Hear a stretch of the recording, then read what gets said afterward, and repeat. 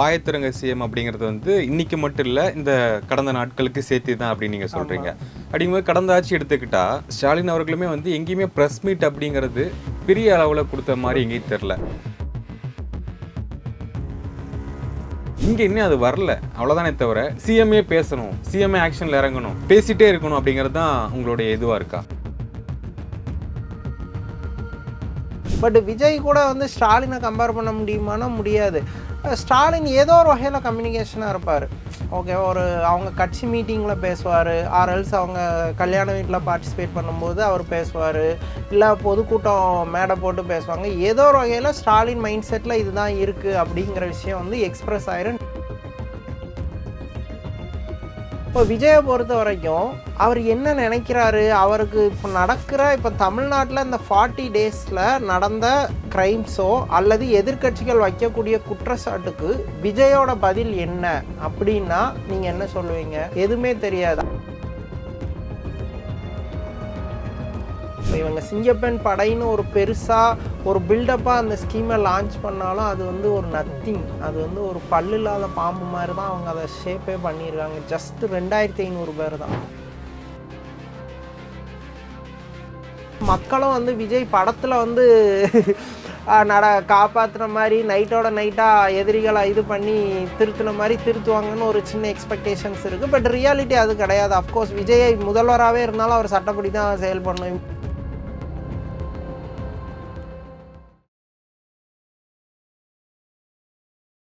வணக்கம் கார்த்தி அவர்களே. வணக்கம் நிரஞ்சன்.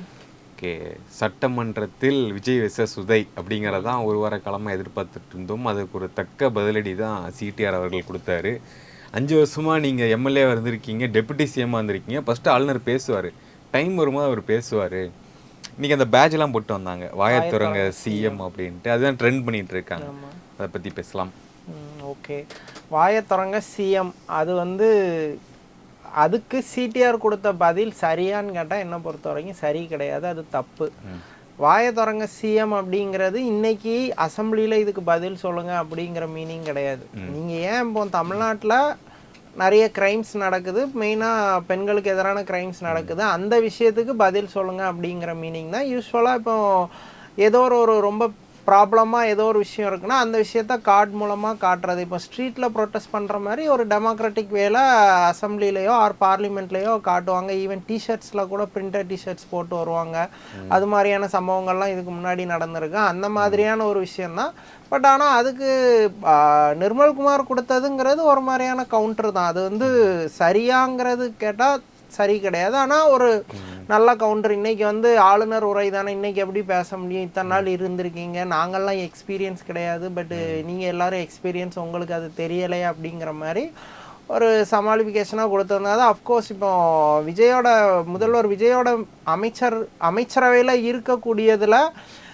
இருக்கிறதுல மீடியாவை பெஸ்ட்டாக அட்ரஸ் பண்ணக்கூடிய ஆள் யாருன்னு கேட்டால் நான் என் ஆங்கிளில் ஃபஸ்ட்டு நான் சிடிஆரை தான் வைப்பேன். அதுக்கப்புறம் தான் ஆதவோ ஆர்எல்ஸ் ராஜ்மோகனோ மற்ற யாரோ வைப்பேன். அது வகையில் நிர்மல்குமார் எல்லா இஷ்யூக்கும் ஓரளவுக்கு தெளிவாகவும் கொஞ்சம் அந்த பை லாவாக இது இப்படி தான் அப்படிங்கிற ப்ரொசீஜரலாகவும் சொல்லக்கூடிய கெப்பாசிட்டி உள்ளால் அஃப்கோர்ஸ் அவர் அந்த விஷயத்த அட்ரஸ் பண்ணியிருந்தார். அண்டு அது போக இன்றைக்கி நடந்தது ஆளுநர் உரை தான். ஜஸ்ட் ஆளுநர் ரீட் பண்ணுவார், மற்றபடி எந்த ஒரு ப்ரொசீஜரும் கிடையாது. அங்கே சிஎம்க்கும் ரோல் கிடையாது, ஆப்போசிட் எதிர்கட்சி தலைவர்களுக்கும் ஆப்போசிட் எம்எல்ஏஸ் யாருக்குமே ரோல் கிடையாது. ஸோ நாளைக்கு நாளா கழித்து வரக்கூடிய 3 நாட்கள் கொஞ்சம் சுவாரஸ்யமான காட்சிகள் இருக்கும்னு நினைக்கிறேன். இது இன்னைக்கு நடந்தது வெறும் டைட்டில் கார்டு தான். ஸோ அதுதான் இன்னைக்கியோட கோர் சம்பவம். ஓகே, இப்போ வாயத்திறங்க சிஎம் அப்படிங்கிறது வந்து இன்னைக்கு மட்டும் இல்லை, இந்த கடந்த நாட்களுக்கு சேர்த்து தான் அப்படின்னு நீங்கள் சொல்கிறீங்க. அப்படிங்கும்போது கடந்த ஆட்சி எடுத்துக்கிட்டா ஸ்டாலின் அவர்களுமே வந்து எங்கேயுமே ப்ரெஸ் மீட் அப்படிங்கிறது பெரிய அளவில் கொடுத்த மாதிரி எங்கேயும் தெரில. அவருமே கிட்டத்தட்ட ஒரு கேள்வி இருக்கும், பதில் ஆமாம் இல்லை நடக்காது, நான் இருக்க வரைக்கும் விட மாட்டேன் இப்படிங்கிற பதில் தான் அவர் மேக்ஸிமம் பதிலே. அந்த திட்டம் நான் இருக்க வரைக்கும் நடக்காது அப்படிங்கிறத அவர் மேக்ஸிமம் சொல்லுவார். அப்படிங்கும்போது கம்பேரிஷன் இருக்குல்ல, எப்படி இவரை வந்து ஒவ்வொரு ப்ரெஸ் மீட்டாக கொடுத்து இல்லை பேசிக்கிட்டே இருக்கணும், இல்லை அறிக்கை கொடுத்துட்டே இருக்கணும் அப்படின்னு நினைக்கிறீங்களா? ஏன்னா திமுகலையுமே வந்து அந்த சுற்றி ஒரு அமைச்சர்கள் கூட்டம் இருக்கும், மாவட்ட செயலாளர் இருப்பாங்க, அவங்க வந்து ரிப்ளை கொடுத்துருவாங்க. தமிழகத்தில் என்ன பிரச்சனை வந்தாலும் அவங்களுடைய ரிப்ளை வந்து மேசிவாக கொடுத்துருவாங்க. இங்கே இன்னும் அது வரல, அவ்வளோதானே தவிர நீங்கள் ஏன் வாயத்திறங்க சிஎம்ஏ பேசணும், சிஎம்ஏ ஆக்ஷனில் இறங்கணும், பேசிகிட்டே இருக்கணும் அப்படிங்கிறது தான் உங்களுடைய இதுவாக இருக்கா? வாயை திறங்க சிஎம் அப்படிங்கிறது ஒரு நரேட்டிவ் தான். சிஎம் பேசணும் அப்படிங்கிறது ஒரு கைண்ட் ஆஃப் நரேட்டிவ் தான். இப்போ யூனியனில் எடுத்துக்கிட்டால் மோடியை வந்து மோடி பேசுங்க அப்படிங்கிற மாதிரியான விஷயத்த வந்து ரிப்பீட்டடாக சொல்லிட்டு இருக்கிறாங்க. பட் விஜய் கூட வந்து ஸ்டாலினை கம்பேர் பண்ண முடியுமானா முடியாது. ஸ்டாலின் ஏதோ ஒரு வகையில் கம்யூனிகேஷனாக இருப்பார். ஓகே, ஒரு அவங்க கட்சி மீட்டிங்கில் பேசுவார், ஆர்எல்ஸ் அவங்க கல்யாண வீட்டில் பார்ட்டிசிபேட் பண்ணும்போது அவர் பேசுவார், இல்லை பொதுக்கூட்டம் மேடை போட்டு பேசுவாங்க. ஏதோ ஒரு வகையில் ஸ்டாலின் மைண்ட் செட்டில் இதுதான் இருக்குது அப்படிங்கிற விஷயம் வந்து எக்ஸ்பிரஸ் ஆயிரும். டைரெக்டாக அவர் வாய்ஸ்லேருந்தே நிறைய சட்டம் ஒழுங்கு விஷயத்தை பற்றி போயிட்டு இருந்துச்சுன்னா அவர் ஏதோ ஒரு மேடையில் இந்த விஷயம் இப்படி நடக்கு, கடந்த ஆட்சியோட நாங்கள் பெஸ்ட்டாக தான் இருக்கோம்னு ஏதோ ஒரு டேட்டா வச்சு அவர் வந்து ஒரு பதில் கொடுத்துருப்பாரு. இப்போ விஜயை பொறுத்த வரைக்கும் அவர் என்ன நினைக்கிறாரு, அவருக்கு இப்போ நடக்கிற இப்போ தமிழ்நாட்டில் இந்த 40 டேஸில் நடந்த க்ரைம்ஸோ அல்லது எதிர்கட்சிகள் வைக்கக்கூடிய குற்றச்சாட்டுக்கு விஜயோட பதில் என்ன அப்படின்னா நீங்கள் என்ன சொல்லுவீங்க? எதுவுமே தெரியாது. அவரோட டைரக்ட் ட்விட்டர் பேஜில் எதுவும் பதிவு வரல, அவர் ஏதோ ஒரு மீட்டிங்லையும் பேசலை, இல்லை இன்டர்னல் மீட்டிங்கில் விஜய் இப்படி சொன்னதாகவும் ஒரு தகவல் கூட வர மாட்டேங்கி. ஸோ அதுதான் இங்கே ஒரு சீரியஸ் ப்ராப்ளம். அதனால தான் இங்கே வாயை திறங்க சிஎம்ங்கிறது உங்கள் மைண்டில் என்ன ஓடுது, உங்கள் மைண்டில் ஓடுறதுங்கிறது எங்களுக்கு தெரியணும், பொதுமக்களுக்கு தெரியணுங்கிறது. இதுக்கு முன்னாடி நீங்கள் கட்சி தலைவராக இருக்கும்போதும் மற்ற கன்வென்ஷனல் பார்ட்டிஸ் மாதிரி ஒரு ரெகுலர் பேட்டர்னில் இல்லை. அது ப்ராப்ளம் இல்லை, அது உங்கள் கட்சி நீங்கள் ஒரு ஸ்டைலில் நடத்துகிறீங்க. ஆனால் தமிழ்நாடு அரசோட தலைமை பொறுப்பில் இருந்துட்டு நீங்கள் அப்படி நடத்த முடியாது. ஒரு வெளிப்படைத்தன்மை வேணும். சட்டம் ஒழுங்கு பிரச்சனையை நீங்கள் சீரியஸ் பிரச்சனையாக எடுத்திருக்கீங்களா? இவ்வளோ தூரம் கரண்ட் கட் ஆகுது, அதை நீங்கள் ஒரு சீரியஸ் பிரச்சனையாக எடுத்திருக்கீங்களா? அதுக்கு நீங்கள் தீர்வு பார்த்துட்டு இருக்கீங்களா அப்படிங்கிறத மக்கள் எதிர்பார்ப்பாங்க. அதை வந்து மக்கள் எதிர்பார்க்குறாங்க. இப்போ கரண்ட் கட்டுக்கு தான் அவர் சிடிஆர் சொல்லிட்டாரு, அதுக்கான வேலைகள் பார்த்துட்டு இருக்கோம், விரைவில் சரி செய்வான்ட்டாரு. அமைச்சர் அவர் தானே, அவர் சொல்லிட்டாரு. அவர் சொல்லிட்டாரு. அப்போ எல்என்டோக்கு யார் மினிஸ்டர்? விஜய் அவர்கள். அப்போ வந்து அவர் சைடில் இப்போ எல்என்டோக்கு போய் வந்து நிர்மல்குமாரோ இல்லை ஆதவோ சொன்னால் அது வந்து விஜயை வந்து டீக்ரேட் பண்ணுற மாதிரி ஆயிரும். ஒரு மினிஸ்டரோட இதை இன்னொருத்தங்க வந்து ஒரு ஃபேர் எக்ஸ்ட்ரீமாக வந்து விளக்கம் கொடுப்பாங்க. ஆனால் சிஎம்மோட இதுக்கு வந்து சிஎம்ஓ இல்லை அவங்க சைடில் இருந்து ஏதோ ஒரு விளக்கமாக வரணுங்கிறது தான் ஒரு ப்ரோட்டோக்கால், அதுதான் ஒரு வழிமுறை. ஸோ அதனால் சிஎம்கிட்ட டிமாண்ட் பண்ணுறாங்க. அஃப்கோர்ஸ் இது நரேட்டிவ் தான். விஜய் ஏன் சொல்லலை, சிஎம் ஏன் வாயை திறக்கலை அப்படிங்கிறது கண்டிப்பாக ஒரு நரேட்டிவ் தான். ஆனால் அந்த நரேட்டிவை பிரேக் பண்ண வேண்டியது வந்து விஜயோட பொறுப்பு, அல்லது தமிழ்நாடு அரசோட பொறுப்பு, அல்லது தேவைக்காவோட பொறுப்பு. அவங்க ஏதோ ஒரு ஸ்ட்ராட்டஜிக்கலாக நாங்கள் பதில் சொல்லிட்டோம், இதுக்கு மேலே உங்களுக்கு என்ன பதில் வேணும் அப்படிங்கிற மாதிரி ஒரு விஷயத்த பண்ணணும். ஒன்று நானுமே வந்து இதுக்கு பதில் தீர்வாகாது அப்படின்னு நினைக்கிறேன். ஆனால் ஆக்ஷன் எடுக்கணும் கண்டிப்பாக. நம்ம ரொம்பவே அதிகமாகிட்டு வருது இந்த பாலியல் குற்றங்கள், கொலைகள், அந்த மாதிரி வந்து அதிகமாக போகுது. நம்ம கடந்த ஆட்சியில் 5 ஆண்டுகள் நடந்தது வந்து இங்கே ஒரு 38 நாள்லேயே நடந்துருச்சு. அப்படிங்கும்போது ஆக்ஷன் தான் தேவை. இவர் பேசியோ இல்லை இவர் என்ன பண்ணியோ அது வந்து சரியாகாது அப்படிங்கிறது ஒரு விஷயம் இருக்குல்ல. அதான் இப்போ அது என்ன ப்ராப்ளம்னா, இப்போ அதாவது நீங்கள் என்ன எதிர்பார்க்குறீங்கன்னா என்ன பண்ணுறீங்கன்னா தெரிஞ்சுக்கணும். என்ன அஃப்கோர்ஸ் என்ன பண்ணுறீங்கன்னு தெரிஞ்சிருக்கணும். அதை வந்து ஒரு அந்த இப்போ விஜய் வந்து அட்ரஸ் பண்ணும்போது கொஞ்சம் கன்வின்ஸே ஆவாங்க. ஓகேவா? இன்னொன்று எல்என்டோ problem is not completely sort out பண்ணக்கூடிய பிரச்சனை கிடையாது. இப்போ மின்தடை பிரச்சனை இருக்குது, அதை அவங்களால மேபி இன்னும் 1 மந்த்தில் கம்ப்ளீட்டாக அவங்களால சரி பண்ணிட முடியும். ஓகேவா? திடீர்னு ஒரு ரோடு சரியில்லைன்னு போராடுறாங்கன்னா நீ ரோடு போட்டுடலாம். இப்போ மேட்டூர் தண்ணி திறக்கலைங்கிற ஒரு இஷ்யூ இருக்குது, அதை நீ ரெடி பண்ணிடலாம். இப்போ விவசாயிகள் கடனுக்கு அவங்க ஃபஸ்ட்டு ஒரு தள்ளுபடி பண்ணாங்க, அதுக்கப்புறம் அது பத்தலைன்னாங்க, இப்போ கூடுதலாக தள்ளுபடி பண்ணியிருக்காங்க. ஸோ இதுக்கு நீங்கள் தீர்வு கொண்டு வந்துடலாம். ஆனால் எல்என்டோ பிரச்சனைங்க, சட்டம் ஒழுங்கு பிரச்சனையாக இருக்கட்டும், இந்த ரேப் அண்ட் மர்டர், பெண்களுக்கு எதிரான குற்றங்களும் நீ கம்ப்ளீட்டாக ஜீரோவுக்கு கொண்டு வரவே முடியாது. ஏன்னா அது அஃப்கோர்ஸ் விஜயே சொன்ன மாதிரி அது தனி மனித ஒழுக்கத்தை சார்ந்தது. என்ன விஜய்க்கு அது எங்கே பிரச்சனை ஆகுதுன்னா, கடந்த ஆட்சியில் ஒரு க்ரைம் நடந்தாலும் அவங்க விஜய் வந்து டைரெக்டாக ஸ்டாலினை அக்யூஸ் பண்ணாங்க. ஸோ இப்போ அவங்க திரும்ப அக்யூஸ் பண்ண தான் செய்வாங்க. இன்னொன்று மக்களும் வந்து விஜய் படத்தில் வந்து காப்பாற்றுன மாதிரி நைட்டோட நைட்டாக எதிரிகளை இது பண்ணி திருத்தின மாதிரி திருத்துவாங்கன்னு ஒரு சின்ன எக்ஸ்பெக்டேஷன்ஸ் இருக்குது. பட் ரியாலிட்டி அது கிடையாது. அஃப்கோர்ஸ் விஜய் முதல்வராகவே இருந்தாலும் அவர் சட்டப்படி தான் செயல்படணும். இப்போ அந்த கோயம்புத்தூர் விஷயத்தில் ஒருத்தனை அரெஸ்ட் பண்ணாங்க. இப்போ அவரை அந்த அரெஸ்ட் பண்ண பர்சனை என்கவுண்டர் பண்ணியிருந்தா உண்மையிலே விஜய் அந்த டைமில் ஆஹா ஓஹோ சூப்பர் விஜய் வந்து சூப்பராக பண்ணிட்டாருன்னு விஜய்க்கு ஒரு நேம் கிடச்சிருக்கும் தான். ஆனால் லீகலாக அது பிரச்சனை, அண்டு அது லீகலாக சரியான விஷயமும் கிடையாது. ஸோ அந்த இடத்துல விஜய் நடந்துக்கிட்டே தான் கரெக்டான, மக்கள் வந்து கன்வின்ஸ் ஆக மாட்டாங்க.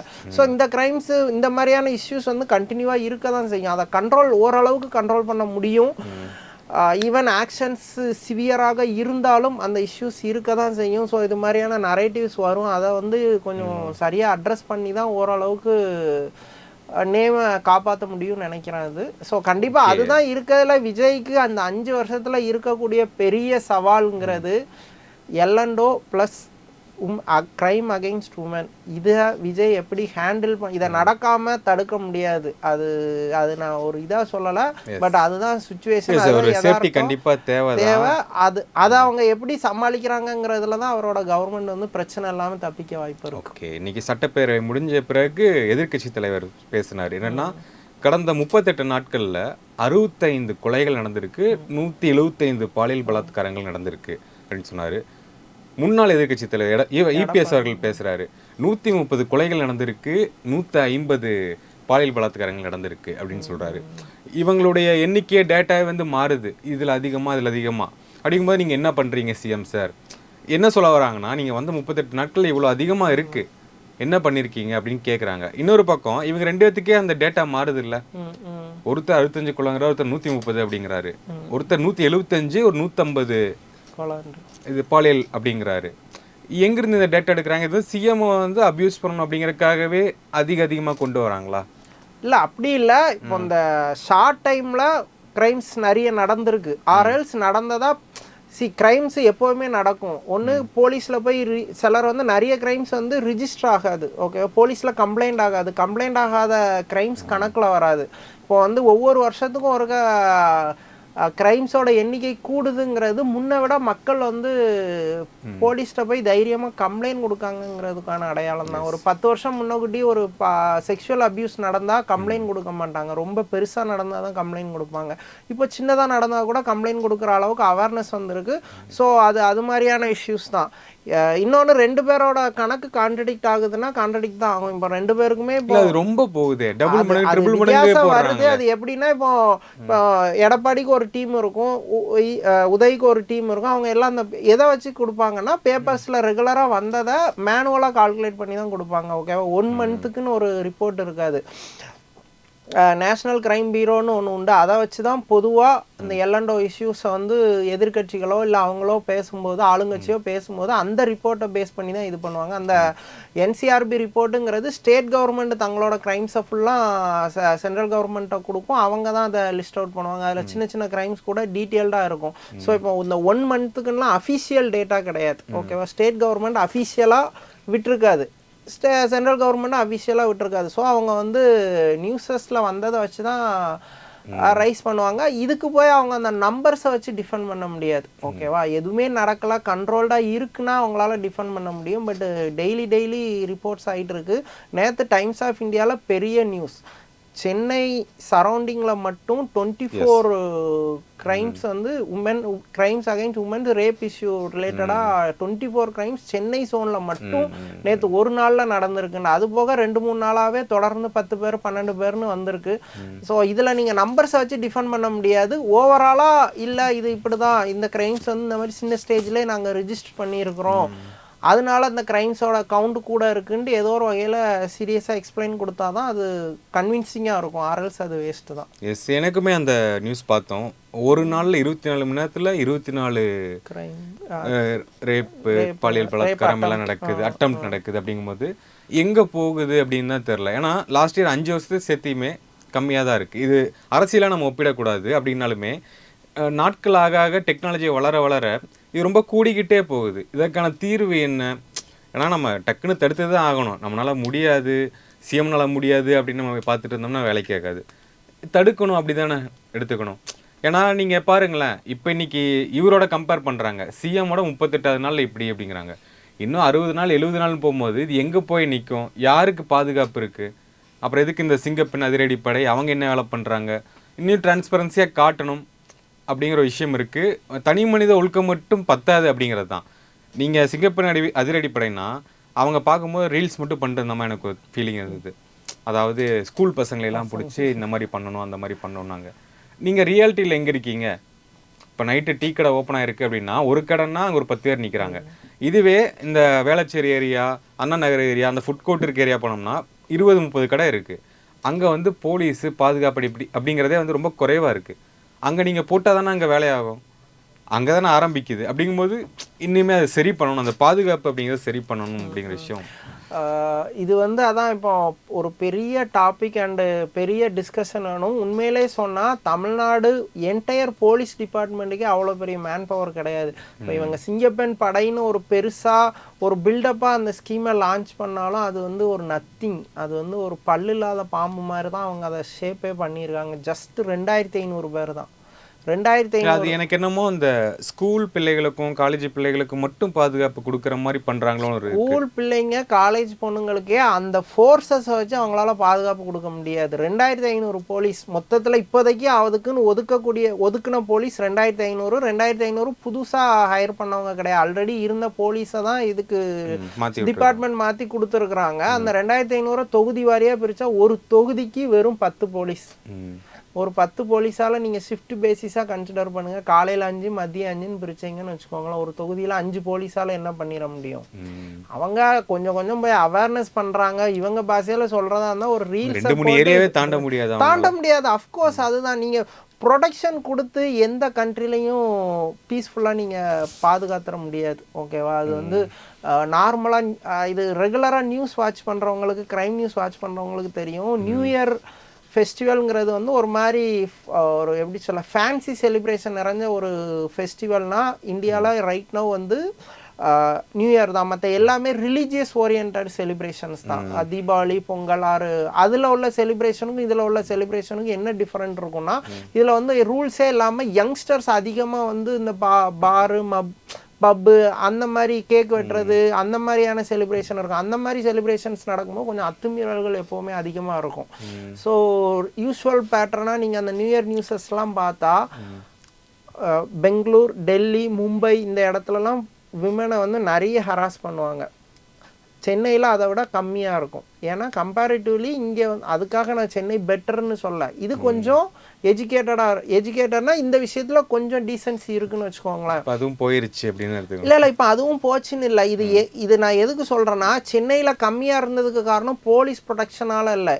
ஸ்டில் அங்கே கம்பேர் பண்ணால் இங்கே கம்மியாக தான் இருக்குது. செல்ஃப் டிசிப்ளினோ இல்லை வந்து நீங்கள் வளர்க்கும் போதே வளர்க்குறது மூலமாக தான் ஓரளவு கண்ட்ரோல் பண்ண முடியும். போலீஸ் அதை என்ன சொல்ல, போலீஸ் ரோந்து பண்ணி 90% தடுக்க முடியாது. ஓகேவா? போலீஸால் எங்கே நீ ரோந்து பண்ணலாம்? ஒரு எப்படி சொல்ல, லைட்ஸ் இல்லாத ஏரியாவில் ரோமிங் ஆகுறது, இது பண்ணுறது, அது மாதிரி நீங்கள் பண்ணலாம். ஆனால் இந்த செக்ஷுவல் க்ரைம்ஸுங்கிறது நிறைய க்ளோஸ் சர்க்கிளில் நடக்கிற ஒரு ஆஃபீஸில் கோலிக்கு ஒருத்தன் வந்து பண்ணுவான். கிளாஸ் ரூமில் ஒரு ஸ்டாஃப்ஸ் பண்ணலாம், ஒரு அவ்வளோ பெரிய கேம்பஸ் இருக்கக்கூடிய இடங்கள்ல பண்ணலாம். இது எதையும் நீங்கள் போலீஸ் ஃபோர்ஸால் கண்ட்ரோல் பண்ண முடியாது. செல்ஃப் டிசிப்ளின் தான் வேணும். என்ன விஷயம்னா, அதை ஏர்லி ஸ்டேஜாக அட்ரஸ் பண்ணக்கூடிய அளவுக்கு ஒரு சிஸ்டத்தை க்ரியேட் பண்ணணும். இப்போ ஒருத்தன் வந்து மைல்டாக டார்ச்சர் ஆரம்பிக்கிறான்னு வச்சுக்கோங்களேன், மைல்டாக ஒரு மெசேஜில் டார்ச்சர் ஆரம்பிக்கிறான்னா அங்கேயே அந்த பொண்ணால் கம்ப்ளைண்ட் பண்ணுறதுக்கோ அதை ஸ்டாப் பண்ணுறதுக்கோ ஒரு சிஸ்டம் இருக்கணும். ஸோ அது மாதிரி இது பண்ணக்கூடியது தான் கண்டிப்பாக அதான். ஆனால் வெளியே டைரெக்டாக நடக்கக்கூடிய க்ரைம்ஸை போலீஸ் ஏதோ ஒரு வகையில் கண்ட்ரோல் பண்ணணும். அது சிஸ்டமேட்டிக்காக எந்த அளவுக்கு பாசிபிலிட்டின்னு தெரில. இவங்க சிங்கப்பெண் படையை இன்னும் கொஞ்சம் சீரியஸாக எஃபோர்ட் போட்டு இன்னும் நிறைய மேன் ஃபோர்ஸஸ் கொடுக்கறது, அதுக்கு தேவையான டெக்னாலஜியை கொடுக்கறது, அந்த மாதிரியான விஷயங்களை பண்ணணும். அது ஓரளவுக்கு கண்டிப்பாக சப்போர்ட் பண்ணணும்னு நினைக்கிறேன். பார்ப்போம். இன்னைக்கு சட்டமன்றம் அண்டு இன்னொரு பக்கம் பார்த்தா இபிஎஸ் அவர்கள் வந்து மனசில் வச்சிருந்த எல்லாத்தையும் போட்டு விளாசிட்டு இருந்தார். விஜயபாஸ்கர் அவர்கள் வெளியே வந்தார். வெளியே வந்துட்டு தலைமை சரியில்லை அதனால வெளியே வந்தேன் அப்படின்னாரு. தலைமை சரியா இருந்தனால தான் நீங்கள் ஜெயிச்சிங்க அப்படின்ட்டு ஒரு போடு போட்டார். இந்த பக்கம் வந்துட்டு சிவி சண்முகம் சொன்னது என்னன்னா, பாமக கூட இருந்தனால தான் இவங்க ஜெயிச்சாங்க, சில சீட்டுகள் ஜெயிச்சாங்க, இல்லாட்டி 10 தொகுதிகள் 20 தொகுதிகள் தாண்டி இருக்க மாட்டாங்க அப்படின்னாங்க. அவருக்கும் அதுக்கு ஒரு பதிலடி. 2021 பாமக வந்து கூட இருந்துச்சு, அப்போவுமே நீங்கள் தோற்று போனீங்க, விழுப்புரத்தில் நீங்கள் தோத்துட்டீங்க, நீங்கள் எப்படி இதெல்லாம் பேசலாம் அப்படிங்கிறாரு. அவருடைய இந்த அதிமுக உட்கட்சி பிரச்சனை அப்படிங்கிறது பெரிய லெவலில் போயிட்டு இருக்கு. 5வது நபராக இங்கே சேர்ந்துட்டாங்க. எம்எல்ஏ பதவி ராஜினாமா பண்ணிட்டீங்க வந்துட்டாங்க. கம்யூனிஸ்ட் தலைவர் பேபி அவர்கள் சொன்னது என்னன்னா, இந்த ஆஃபர் வந்து தாவேக்கா தரக்கூடாது, இங்க ராஜினாமா பண்ணிட்டு வராங்க அப்படின்னா நீங்க ஆஃபர் தராதீங்க அப்படிங்கிறாங்க. அது எப்படி அந்த பதில் எடுத்துக்கிறது, அந்த ஸ்டேட்மெண்ட் எப்படி எடுத்துக்கிறது? இல்லை, அவர் பேபி வந்து ரொம்ப அறம் சார்ந்து ரொம்ப எக்ஸ்ட்ரீமா சொல்றாரு. அப்படிலாம் அரசியல் நடத்த முடியாது. ரொம்ப கிளீனா இருக்கணும். கிளீன் அண்ட் கிளியராலாம் ஒரு அரசியல் நடத்த முடியாது. விஜய்க்கு அந்த தேவையும் கிடையாது. ஓகேவா? இதுல வந்து விஜயா ஒரு லெவலுக்கு பிளேம் பண்ணலாம். அவங்க வந்து ரொம்ப புஷ் பண்ணி அவங்கள கொண்டு வரதா இருந்தா பிளேம் பண்ணலாம். வர்றவங்க எல்லாம் எடப்பாடி மேலே ஹைலி டிசப்பாயின்மெண்ட்டில் வராங்க. ஓகேவா? அவங்க விஜயை வந்து தூண்டில் போட்டு இழுக்கிறதுனாலலாம் வரல. எடப்பாடியோட இந்த ஏடிஎம்கேல இவ்வளோ பெரிய கிரைசிஸ் நடக்கிறதுக்கு ஃபுல் ரீசன் எடப்பாடி எடப்பாடி எடப்பாடி மட்டும்தான். அவரோட இன்எஃபிஷியன்சி அண்டு கூட உள்ள அந்த நிர்வாகிகளை சரியான முறையில் அட்ரஸ் பண்ணாதது தான் காரணம். இத்தனை தோல்விக்கு அப்புறமும் ஒரு அது என்ன ஒரு பொறுப்பை எடுத்துக்காம சுற்றி உள்ளவங்க மேலே பழிய போடுறாருன்னா அங்கேயே எடப்பாடியோட லட்சணம் தெரியுது. இப்போ ஸ்டாலின் வந்து ரிசல்ட் வந்த மறுநாள் அவர் சொல்கிறாரு, இந்த தோல்விக்கு நான் பொறுப்பேற்றுக்கொள்கிறேன், அது தலைவராக நான் பொறுப்பேற்றுக்கொள்கிறேன் அப்படிங்கிறார். இத்தனைக்கும் இந்த டிஎம்கே கவர்மெண்ட்டை ஹார்ஸாக விமர்சித்தவங்க கூட ஸ்டாலின் நல்லா தான் பண்ணார், ஆனால் மற்ற எம்எல்ஏக்கள் சரியில்லை, நிர்வாகிகள் சரியில்லை, பெருசாக இது இல்லைங்கிற ஒரு டிசப்பாயின்மெண்ட்டை பண்ணாங்க. ஸ்டாலின் மேலே ஏன் பெஸ்ட்டு ஒரு பாசிட்டிவ் இமேஜ் வந்துச்சுன்னா ரொம்ப பொலைட்டாக இருந்தார். எல்லாரையும் ஓரளவுக்கு அவரால் முடிஞ்ச அளவுக்கு அரவணைச்சார். வெளியேறின்னு வர்றவங்கள அவரை ஹார்ஸாக விமர்சிச்சு 25 கூட்டணி கட்சிகளை அரவணைக்கிறதே பெரிய விஷயம். யாராலையும் முடியாது. டாஸ்க். அதுவும் காங்கிரஸ் கடைசி நேரம் கொடுத்த குடைச்சல வாட்ச் பண்ணவனுக்குலாம் தெரியும். வேற எவனாவது இருந்தா அவனை விரட்டி விட்றா, அவனை ஏன்டா வச்சிருக்கேங்கிற ஒரு டிசிஷனை நோக்கி போயிருப்பானா. ஸ்டாலின் அந்த இடத்துலயும் அவ்வளவு நிதானமா பக்குவமா ஒரு பண்பட்ட தலைவரா இது பண்ணாரு. ஆனா எடப்பாடி அவங்க சொந்த கட்சிக்காரங்கிட்ட கூட அவர் அப்படி பண்பட்ட தலைவரா இல்லை. ஏன் இப்போ இந்த டிசப்பாயின்மெண்ட் ஆன சிவி சண்முகம் வீட்டுல போய் பார்த்து கன்வின்ஸ் பண்ணா என்ன உனக்கு? உன் கட்சி தானே அது, நீ தானே அதை திரும்ப ஆட்சிக்கு வரணும்னு நினைக்கிறியாங்கிறதான் கொஸ்டின். விஷயம் என்னன்னா எடப்பாடிக்கு ஆட்சிக்கு வர விருப்பம் இல்லை. கடைசி வரைக்கும் ஏடிஎம்கே லீடர்ஷிப்பை மெயின்டைன் பண்ணா போதும். எஸ், அப்படி இருக்கவர் எதுக்கு அவரு போய் வீட்டுல சந்திக்கிறாரு? யார் வீட்டுல? சிவி சண்முகம் வீட்டுல. அவரு ஏன் போய் கன்சோல் பண்ண அவரை? உன் கட்சி தானே. இப்போ அதான் இப்போ அந்த ஏடிஎம்கே இப்ப யாரு தலைமையில இருக்கு? எடப்பாடி தலைமையில. ஏடிஎம்கே ஜெயிச்சா யாருக்கு அதிக பலன்? எடப்பாடிக்கு. அப்ப நீ தான் போகணும். ஓகேவா? ஜெயலலிதா வந்து எவ்வளோ பெரிய ஆள், ஜெயலலிதா எவ்வளோ பெரிய ஆள்னா ஆளுமையாகவும் சரி, அவங்க பண்ண சக்ஸஸாகவும் சரி, திமிராகவும். இப்போ அவங்களோட திமிருத்தனத்துக்கு நிகராக தமிழ்நாட்டில் யாரும் திமிருத்தனம் மீன்ஸ் ஒரு யார் வந்து ஆட்டிடியூட் பிஹேவியரை வந்து அவங்க பண்ண அளவுக்கு யாருமே பண்ணது கிடையாது. எம்ஜிஆர் பண்ணது கிடையாது, யாருமே பண்ணது கிடையாது. ஆனால் அதே ஜெயலலிதா தேவைங்கும் போது இறங்கி போயிருக்காங்க. 2001 எலெக்ஷன் வந்து அவர் ஜெயலலிதாவை கடுமையாக விமர்சனம் பண்ண மூப்பனாரை போய் பார்த்தாங்க, காங்கிரஸ் போய் பார்த்தாங்க, கம்யூனிஸ்ட் கட்சிகள் வீட்டில் இந்த சின்ன இடத்துக்குள்ள அவங்க உள்ளெல்லாம் போய் பார்த்தாங்க. அவங்களா அப்படி இறங்கி போய், ஏன்னா அவங்களுக்கு ஓகே நம்ம கட்சி ஜெயிக்கணும், இந்த டைமில் இவங்க வந்து டிஎம்கே விட்டு பிரிஞ்சு இருக்காங்க, நம்ம போய் பார்த்து நம்ம கூட இது பண்ணிக்கிட்டா நம்ம வின் பண்ணலான்னு போய் பார்த்தாங்க. அந்த எலெக்ஷனில் அவங்க அப்படி அவங்க இறங்கி போனதுனால தான் 2001 ஏடிஎம்கே ஆட்சி வந்துச்சு. அவங்களே அப்படி இறங்கி போகிறாங்க. அதே மாதிரி எம்ஜிஆரை கடுமையாக விமர்சிச்சுட்டு கட்சியை விட்டு போனவங்களெல்லாம் போய் பார்த்து கட்சிக்கு வாங்க நம்ம ஒன்றா இருப்போம்னு சொல்லி பார்த்து இது பண்ணியிருக்காரு. இவர் என்னமோ எடப்பாடி பெரிய ஆள் மாதிரி போறவும் போட்டும்னு சொல்லி தான் இன்னைக்கு வந்து 47 தொகுதியில் வந்து நிற்கிது. அது சிவி சண்முகம் சொன்னது கரெக்டான பாயிண்ட். அந்த 30 தொகுதி ஜெயிச்சதுக்கு காரணம் பிஎம்கே. இந்த 47ன்னு இவங்க சொல்லும்போது ஓரளவு டீசன்ட் கவுண்டாக தெரியுது. அந்த எல்லாமே அந்த நார்த் பெல்ட்டில் இருக்குது. South side complete washed out. நீ வந்து ஓபிஎஸ்ல போய் கொஞ்சம் ஓகேன்னு ஏதோ ஒரு டீலிங்குள்ளே வந்து ஓபிஎஸ் அக்காமடேட் பண்ணியிருந்தா இந்நேரம் ரிசல்ட் வேற. கண்டிப்பாக சவுத்தில் ஒரு சின்ன இது இருந்திருக்கும். இந்த ஆர்பி உதயகுமார், செல்லூர்ராஜ் மாதிரி ஆட்கள் ஜெயிச்சிருந்துருப்பாங்க.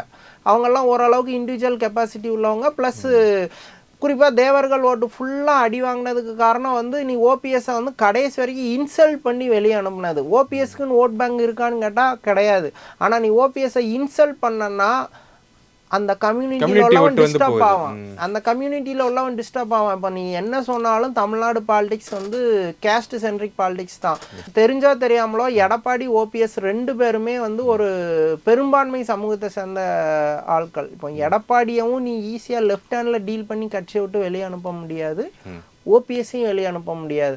2 பேரும் ஆளுமை மிக்க தலைவர்கள் கிடையாது. ஆனால் நீ அவங்கள டிஸ்டர்ப் பண்ணனா அந்த ஜாதிக்காரன் அவனை டிஸ்டர்ப் பண்ணாதான் திங்க் பண்ணுவான். ஸோ அதுக்கான ரிவர்ஸ் வந்து ஏடிஎம்கே அனுபவிச்சிருக்கு. எடப்பாடி ஸ்டில் அதை உணரலை. எடப்பாடி உணராததுனால தான் அவங்க கட்சியில் உள்ளவங்க எல்லாரும் இவரால் இனிமேல் இவர் கூட இருந்து ஜெயிக்க முடியாது, கட்சி கரை சேராதுங்கிற முடிவுக்கு வந்தாங்க. ஸோ அவங்க ஆட்டோமேட்டிக்காக எந்த கப்பல் கரை சேருமோ அந்த கப்பலை நோக்கி போவாங்க. அஃப்கோர்ஸ் அவங்களால டிஎம்கேக்கு போக முடியாதுங்கிறவங்க ஃபுல்லாக டிவிகேவை நோக்கி போகிறாங்க.